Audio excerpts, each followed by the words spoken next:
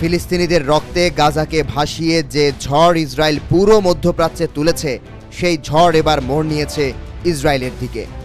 একটু একটু করে শক্তি।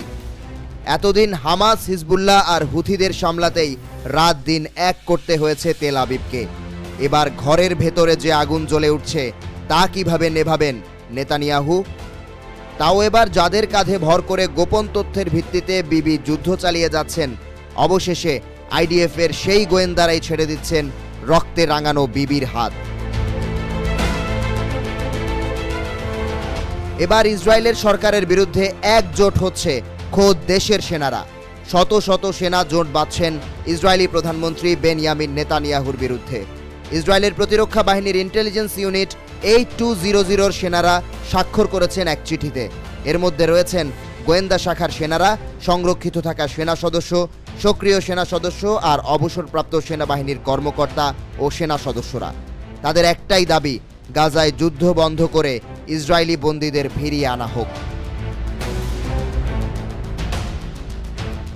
যৌথভাবে স্বাক্ষর করা এই চিঠি প্রকাশ করা হয়েছে। চিঠিতে শত শত সেনা সদস্য জানান, এই যুদ্ধ চালিয়ে যাওয়া হচ্ছে শুধুমাত্র রাজনৈতিক আর ব্যক্তি স্বার্থ হাসিলের উদ্দেশ্যে।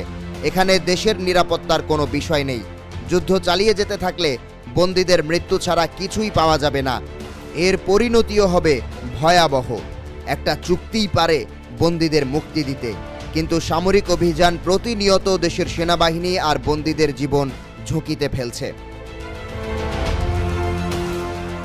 আইডিএফের